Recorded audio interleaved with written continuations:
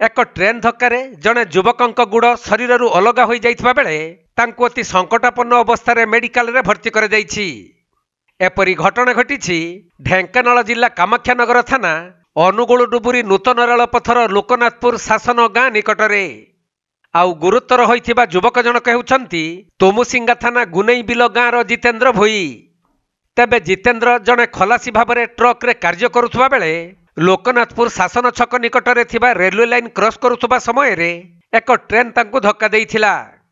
परे स्थानीय लोकंक सहायतारे तांकु 108 एम्बुलेंस जुगे प्रथमे कामाख्यानगर मेडिकल रे भर्ती करा जाइथिला।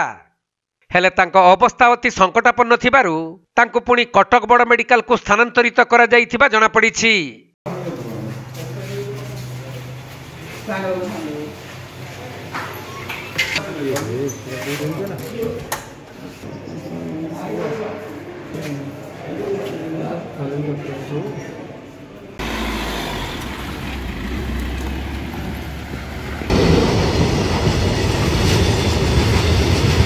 ढेंकानाल जिल्लारू असीम अमिताभ शतपथी रिपोर्ट कोणार्क लाइव।